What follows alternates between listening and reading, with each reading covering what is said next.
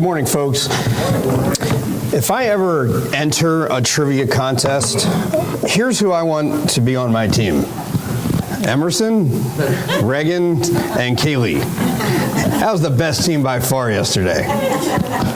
Seriously, though, the kids did a great job, did they not? I mean, they were really well behaved. The adults, but the kids were really well behaved. It was a fun night. And as all church events, it's not really about the event itself. The trivia was great and everything, but it's about the fellowship. Obviously, that's the most important thing. And it's just neat to meet together on a night that's not Sunday or Wednesday. So thank you for all who did participate. Next Sunday, I'm taking a very, very brief detour. As you all know, February is Black History Month. This is the last Sunday in February. I didn't have time to put anything together this particular week, but I at least want to touch on the subject of just some of how we're miseducated as white America, and I'm not going to get into that right now, but it's not going to be a normal type sermon. It'll probably be a little shorter. You can thank me next time. And so that's what to expect. And to be clear, sermons on Black history should be more than just once every blue moon. We can fit it many more. But anyway, we'll talk about that next week. But first, Paul. Now, Paul knew that regardless of our race or ethnicity, regardless of our political party, regardless of our gender, we get our identity, how? Through Christ Jesus. Paul exemplified the values that he asked of his fellow Christians. We've been looking at Philippians the last few weeks. It is a sensational letter written by Paul in difficult circumstances. He's in jail, bogus charges, yet all he wants to do is advance the gospel. One of the main themes that he expects from the church in Philippi and us 2,000 years later, conduct ourselves in a manner worthy of the gospel of Christ. So last Sunday we spoke of salvation that shines. How can we shine as light in a world gone dark? Not working for our salvation, just working out the salvation that we already have. Paul also told this group to do everything without grumbling and arguing. So there's a whole lot of theological meat, if you will, coming before today's text. And then immediately following today's text, there's a lot of good application. We can bring it home with us. That brings us to today's text. Turn to Philippians chapter 2, verses 19 through 30. I'll be honest, the first time I read this, I said, this seems out of place. The second time I read it, I said, this seems out of place. About the 50th time, it still seems out of place. It's kind of a wacky interlude that Paul takes. He's talking about his travel plans. What in the world can we learn from that? There has to be a reason, right? Is there a connection here, or is Paul just going off on a tangent? Maybe he's connecting a topic, maybe not. But I will say this. What we're going to find out, Paul's going to talk about two incredible men briefly. And Paul is not the final authority, of course, but he does have authority here. And he wants to show real-life examples of those who live accordingly. Two people, one's name is Timothy, you probably have heard of him, and the other, Epaphroditus, which is a very strange name. It almost sounds like a disease. Sorry, Tim, you've been diagnosed with a rare form of Epaphroditus. That's what it sounds like, right? Well, we don't know a whole lot about him, but we will talk about him. These are two people who are concrete examples of the sacrificial service that Paul has talked about in chapter 2 up to this point. Timothy, we know a little bit more about Timothy, right? We looked at the pastoral epistles about 10, 11 months ago. Timothy helped Paul immensely, immeasurably in his life, but regarding this particular letter, Timothy helped Paul build the church, plant the church in Philippi. And Epaphroditus is the one who likely delivered the letter. Now, they were doing the quote-unquote right things. And 2,000 years later, we can get caught up doing the quote-unquote wrong things. We are in, I think we'd all agree that we're in a pagan society, right? The world around us is crazy, and we can be molded by that behavior. So it's really important that Paul reminded them and reminds us today about something called servant leadership. You cannot be a servant leader if you are an individual Christian. Does that make sense? It's not possible if you are not willing to serve those above you and also those who you might consider beneath you.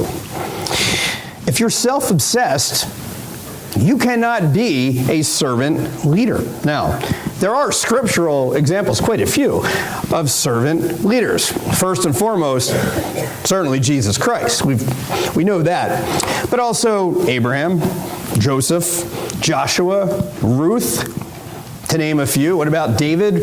Remember David's friend Jonathan. David's best friend Jonathan died. And one of his sons was a guy named Mephibosheth, and he was crippled. And he approached David and considered himself, remember what he called himself? A dead dog. He said, "What is your servant that you should notice a dead dog like me?" Now, David was powerful. He could have said, "You know what, you're right. Get out of my way." Or, "I'll let one of my assistants deal with you." But what did he say to him? Do you remember? "You're going to sit at my table." That's servant leadership.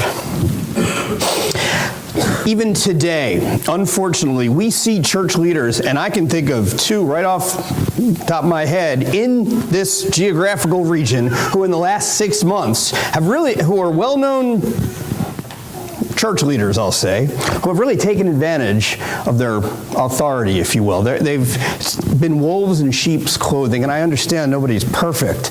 But some people, unfortunately, whether you're a church leader or not, tend to take advantage of who they are, and we shouldn't do that. Because as a Christian, you need to know that our true strength does not shine in what we do or who we are, but through our service to others.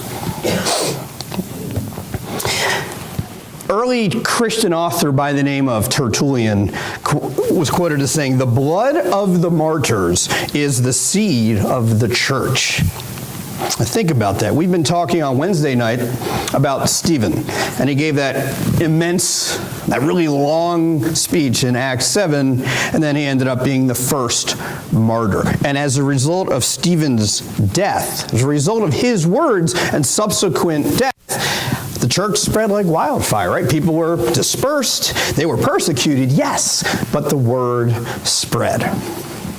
Let me give you 3 other real-life examples of servant leadership. The first is a man by the name of Dietrich Bonhoeffer. Bonhoeffer was a minister in Germany during a very difficult time to be a minister in Germany. Hitler, the Nazis, the Third Reich, all that stuff was going on at the height of its power. Now, Bonhoeffer was a vocal opponent of Hitler's. In fact, his sermons were actually played over the airwaves.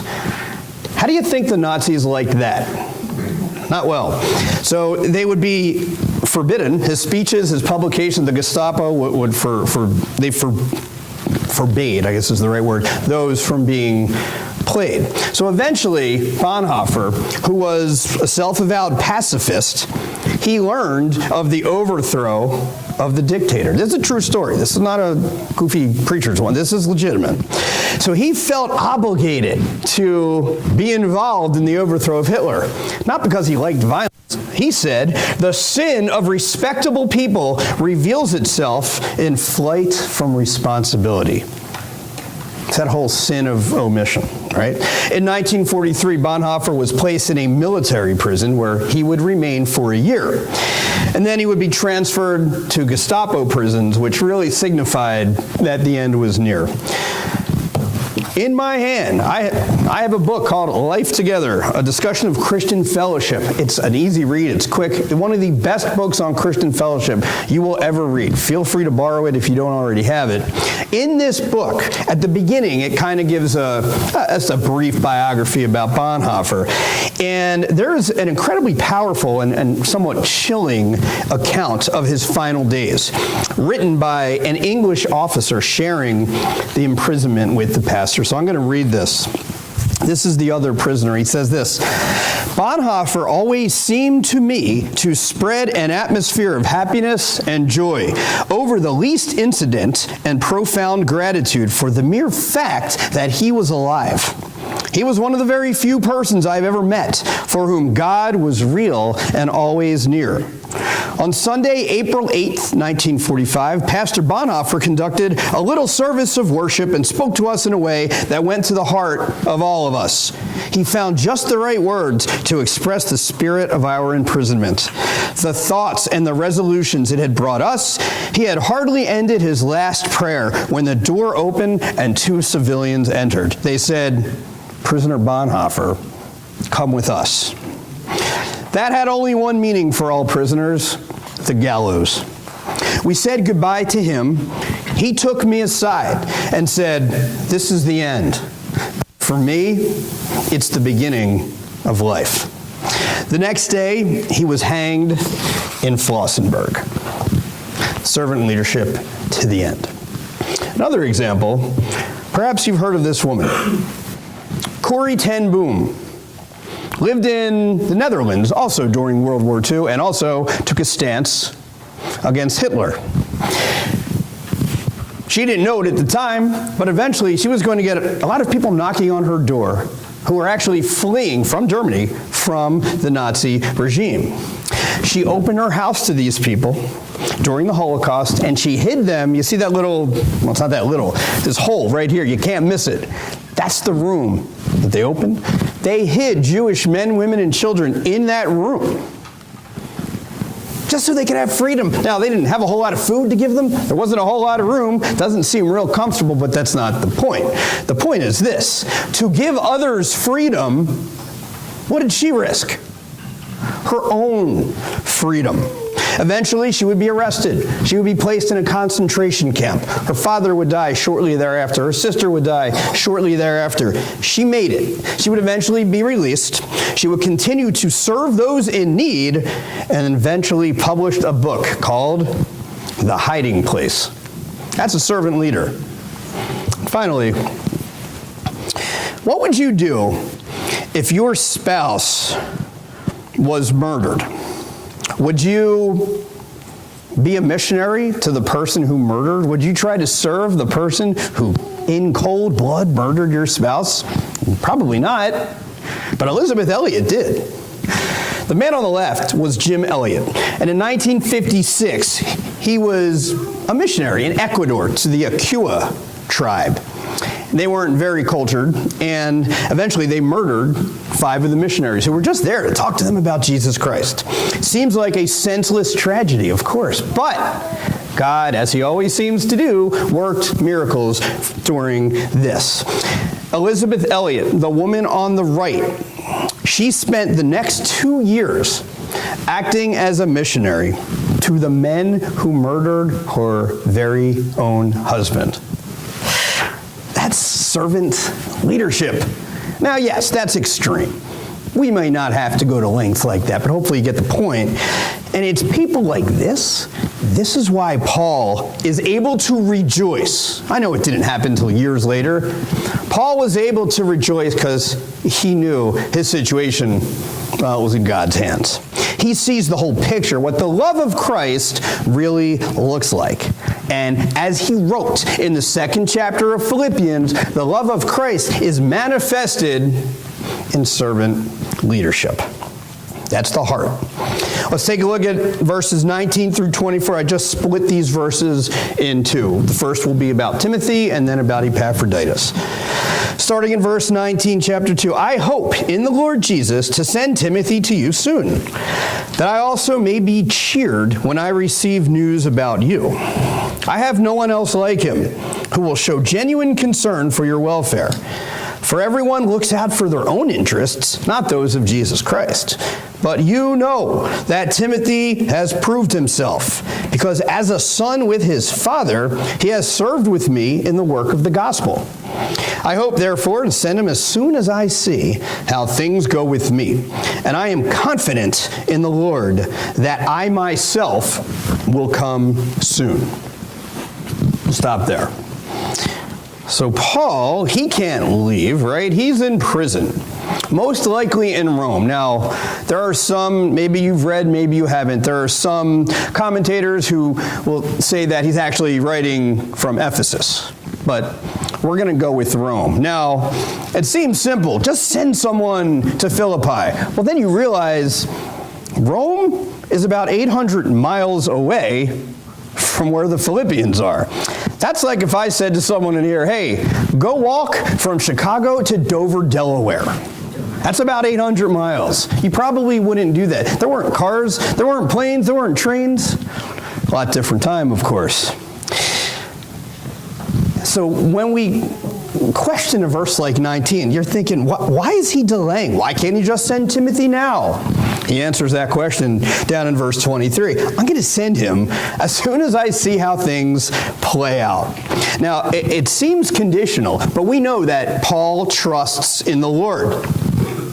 He also trusts in the Lord's people, certainly Timothy. If we look earlier in chapter 2, go back to verse 2, when Paul, he's about to launch into his incredible hymn about Christ's humility. He says, make my joy complete by being like-minded, having the same love, being one in spirit and of one mind. Unity. Timothy, putting others first, describing Timothy. And even in verse 7, which is certainly about Jesus, he made himself nothing, taking the very nature of a servant. Timothy, look again at verse 20. I have no one else like him who will show genuine concern for your welfare. Timothy was a servant leader, and it's no doubt that the Philippians trusted Timothy as well. I would imagine that they were kind of upset and disappointed that he wasn't sent earlier. They don't know what's going on with poor Timothy. Now, I think it's safe to say that going on with Paul's theme in this letter, Timothy conducted himself in a manner worthy of the gospel of Christ. Paul, despite being imprisoned, right there in verse 19, said, I also may be cheered when I receive news about you. I'm going to be optimistic that y'all are doing the right things despite my absence. Now, in 1 Thessalonians 3:6, Timothy himself gives Paul a good report about the church in Thessalonica. Titus in 2 Corinthians 7:7 gives Paul a good report about that particular church. He was optimistic about Timothy's ability to serve. Timothy was the most valued member of Paul's team. He was such a valuable co-worker to Paul. He referred to him in 1 Timothy 2:2 as my true son in the faith. And in 1 Corinthians 5:17, he says, my son whom I love, who is faithful to the Lord. He also included Timothy's co-sponsorship in no less than 6 letters. 1st and 2nd Thessalonians, 2nd Corinthians, Philemon, Philippians, and also Colossians. Let's just say they worked very well together and they worked very close together. Now, if you've ever worked closely with someone, especially in a smaller, maybe a small office, you know that can go one of 2 ways. You could become really tight with that person, or you could want to throw that person out the window. It could go, or both, in the same day, right? But it's safe to say that despite they had any differences, we don't know a whole lot about them, they loved one another. They were tight because they had the same communal mindset. It was all about unity in Christ. Paul will eventually send Timothy. Don't worry about it, Philippians. However, first, he's going to send someone else. Who would that be? That would be Epaphroditus, verses 25 through 30. But I think it is necessary to send back to you Epaphroditus, my brother, co-worker, and fellow soldier, who is also your messenger, whom you sent to take care of my needs. For he longs for all of you and is distressed because you heard he was ill. Indeed, he was ill and almost died. But God had mercy on him, and not on him only, but also on me, to spare me sorrow upon sorrow. Therefore, I am all the more eager to send him, so that when you see him again, You may be glad, and I may have less anxiety. So then, welcome him in the Lord with great joy and honor people like him, because he almost died for the work of Christ. He risked his life to make up for the help you yourselves could not give me. All right, we'll stop there. Wow, it's a lot about a guy we don't know a whole lot about. He is only mentioned in this letter, Epaphroditus, and only twice in the entire Bible, and both in this letter. Also, we see him later in chapter 4, verse 18, when Paul says, I have received full payment. I've received from Epaphroditus the gifts you sent. They are fragrant offering and acceptable sacrifice pleasing to God. Okay, so Epaphroditus was initially sent with money and also ended up helping Paul out in the long run. He did so much more. If you see some of these words, my brother, my co-worker, fellow soldier, who is also your messenger. Now, the Greek word for messenger is apostolos, which, guess what that means? Apostle, one who is sent on behalf of another. This is how much this guy was revered. He had the nature of a servant. He was obedient to the point of death. A servant of Paul. Honor him and welcome him. Now, I don't want you to be confused. I want to clarify. Epaphroditus was not going back to Paul. He was already with Paul. He's going back to them, to the people in Philippi. So what's going on with Epaphroditus? What can we glean from this is, A, he was homesick. He was homesick. He was ready to go back to where he belonged. And also, they knew about his illness, okay? They were anxious to know if he's fully recovered. And think about this, too. If you entrust a significant amount of money to someone, and that person never reappears, you may be asking some questions, right? If I asked you, Joe, I said, go to my parents in Pennsylvania, and here's a check. Make sure they get this and they're taken care of. And I never hear back from you. That's a problem. Now, it's not like Paul was texting anyone at this particular point.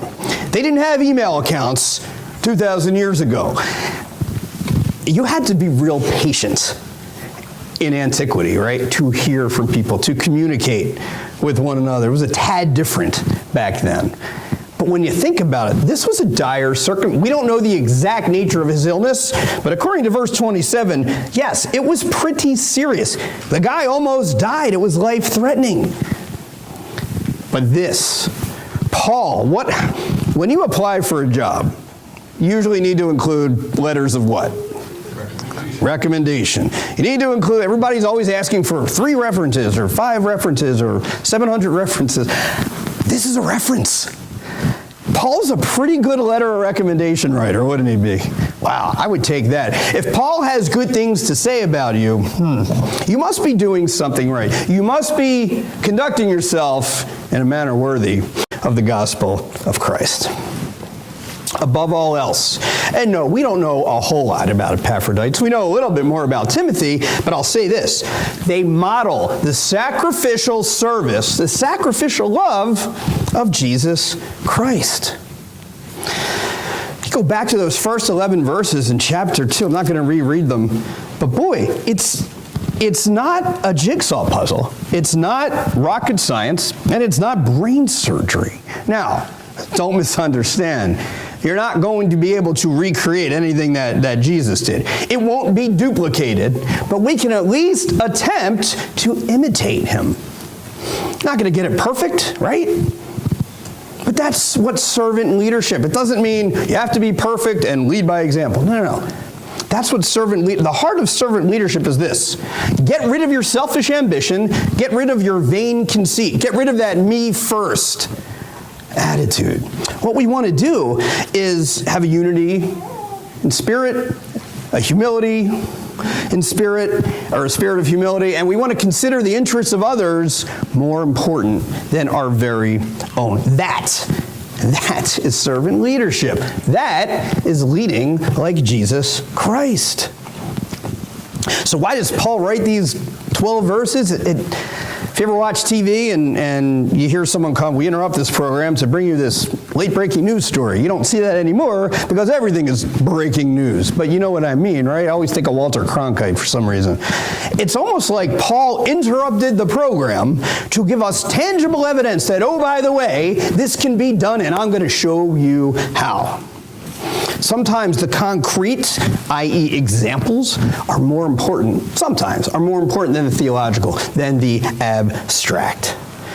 God asks you to obey him. He's not going to leave you on your own, right? Remember I said last week, God does not call the equipped, he equips the called.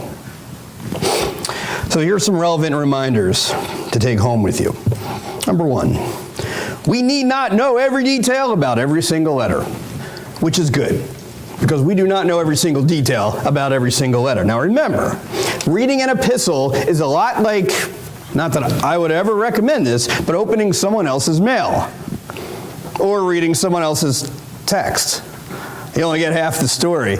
Or if you eavesdrop, someone's on the phone, you can't hear the other side. We don't know everything that's going on. Some details are missing. Paul did not write this to us. It's been preserved for us, but he didn't initially write to you and me. We can understand what to do without actually doing it, okay? Does that make sense? 3 times in this passage, verses, 19, 24, and 29, Paul mentions living in the Lord, conducting yourselves in a manner worthy of the gospel of Christ, right? I would say that faith is what saves us. Works are what save others. Let me explain. The man who introduced me to Jesus Christ, and I've shared this before, he could have just sat in his office and said, look at Matt, I'm just going to pray for him, which is great. And I see his life is kind of falling apart, so I'm going to pray for him and pretend that everything's cool and not talk to him. Now, his works, if you want to call it that, included bringing me into his office, showing me a Bible, being the Bible that I never read before, taking me to church, explaining things to me. Those aren't difficult works, but they're works. You can't argue with that. It didn't save him. He was fine no matter what. But it saved me. In part. At least it got me going. Obviously, Jesus saved me. But my point is, sometimes the concrete cannot be far removed from the abstract. We have to do things. Third reminder. Both of these men, Timothy and Epaphroditus, they were both faithful to their tasks in the face of hardship. Look, whether you're an elder at a church, a deacon at a church, a teacher, a volunteer, someone who's been to church 2 times in your life, it doesn't matter, because you're asked to demonstrate wholehearted devotion to your task. And it doesn't even have to be in the Christian world. You're outside, you're out at going to Jewel, Osco after church today, demonstrate devotion to who you are and to what you believe. And I would add, if what you're doing in your Christian walk is easy, then I would say you need to find something else to do. Because part of Christian commitment is challenging yourself. It's losing one's life to find it. It's forfeiting the world to gain your soul. A friend of mine says, a divided commitment to the gospel is actually no commitment at all. Totally agree. We are asked to conduct ourselves in a manner worthy of the gospel of Christ, because the gospel, that is our fuse, that is from within. It's the most important, should be the most important things in our life, and it should be an us thing regarding the church community as well. We are called to be transformed in a way to think along the lines of the Messiah himself. If you read this letter again, if you look at these verses carefully, you'll notice there's a lot of mutual concern. Paul, he's in jail, okay? He's worried about himself, but he wants to send Timothy and Epaphroditus because he's concerned about the Philippians. The Philippians are concerned about Paul, and they're concerned about Timothy, and they're concerned about Epaphroditus. Epaphroditus and Timothy are concerned about each other, and they're concerned about Paul. Whew, right? You got all that? The point being this. A true community of believers is one that is bonded together by love and has mutual concern, mutual support, and mutual experience of both joy and sorrow. They experience it together. Hopefully we do as well. And Paul mentioned earlier in the letter, I'm not with you, Philippians, physically, but I still expect you to behave as though I was. Those who belong to Christ are never out of touch, really, with one another, even if we're miles apart. I mentioned in class, one of my dear friends is really fighting for his life right now in Pennsylvania. I'm not with him. I don't know if there was anything I could do even if I was with him. Though I'm not with him physically, I'm with him. There's no doubt that through our bond of Christ, we are together. That's just one example of many that you've probably experienced as well. But you've got Paul. Now think about what Paul's doing, right? He's about to send back the one Christian, the one person who actually came to help him. That doesn't make a whole lot of sense. And my answer is, it really doesn't have to, because he is performing an act of servant leadership. If you compare that, if you look at verses 12, let me just go back to verses 12 and 13 in chapter 2. Again, Paul says, as you have always obeyed, not only in my presence, but now much more in my absence, continue to work out your salvation with fear and trembling, for it is God who works in you to will and to act in order to fulfill his good purpose. This is a community that is as concerned for Paul as Paul was for them. Think about if you've ever taught, or if you ever had a teacher, which that would be all of us in here. The best teachers that I had, personally, were not the ones who knew the most. They weren't the ones who just gave me the best grades and the least amount of homework, although that was cool. The best teachers are the ones who really cared. The ones who were invested in my life, not in my math skills or writing skills. Matt, how's it going at home? How are things away from school? These are the people. This is a mutual community of concern right there. It's been said that the fact that Christianity is not a solitary religion means that we are able to share with one another its rewards and joys, as well as its demands and sorrows.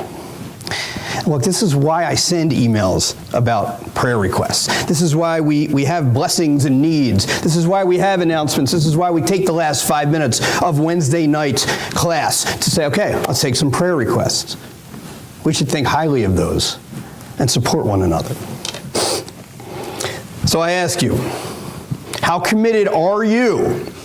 How committed are you right now to serving others? You think about all the others in Paul's life. Think about this. We know about Timothy and Titus. We just talked a little bit about Epaphroditus. How about Phoebe, Priscilla, Aquila, Epaenetus, Mary, Andronicus, Junia, Ampliatus? How about them? How about Urbanus, Stachys, Apelles, Aristobulus, Herodian, Narcissus, Tryphena, Tryphosa, Persis, Rufus, Asyncritus, Phlegon, Hermes, Petrobus, Hermas, Philologus, Julia, Nereus, and Olympus. What? Who are those people? Well, actually, they're all at the end of Romans 16. It's fascinating. My point is, that's servant leadership. He relied on them along his immense journeys, and they relied on him. These are people that helped one another. And that's probably just a drop in the bucket for Paul. But look, we cannot do it. We can't do it alone. Even Jesus, now Jesus could have done it alone. I'm not saying that. But he had a team, did he not? He had a team of 12. David needed Jonathan's help because Jonathan's crazy dad, King Saul, was about to kill him. He needed that team. He needed that help around him. And another great example, rebuilding the wall of Jerusalem in Nehemiah 3. Take a look at that later today or this week. Look at all the people involved. Look at all the names involved in that situation. So I ask you, or I tell you, hopefully do not get caught up in titles. Love knows no title. It does not matter who you are. Your function, what you do, is a lot more important. And we're not going to function alone. A congregation of 30 members working together, working in concert to achieve a common goal is a whole lot more powerful than a church of 260 individual members. Think about that. And I love Proverbs 27:17. As iron sharpens iron, so one person sharpens another. And that's why I call on you today to be a servant leader. And if you are a servant leader, you will seek to honor and glorify God. If you're a servant leader, you will seek the joy of those who you serve. If you are a servant leader, you will seek a way for others to receive the credit. And if you are a servant leader, you will seek to advance the gospel. How committed are you to serving others? If you have not yet known Christ the way that so many here do, if you have not yet placed faith in Him or been baptized, know this. Living for yourself is an incredible burden, is it not? It's a heavy weight. It's like a heavy millstone around your neck. So I say, when Christ dwells within you, an incredible thing happens. You lighten your load, do you not? And it is your choice. Are you feeling weary today? Are you feeling burdened? Come to Christ, because He will give you rest. If there's anything we can do for you as a congregation, if you have any question whatsoever, come track us down immediately following our final song, which Aaron is going to lead us in now.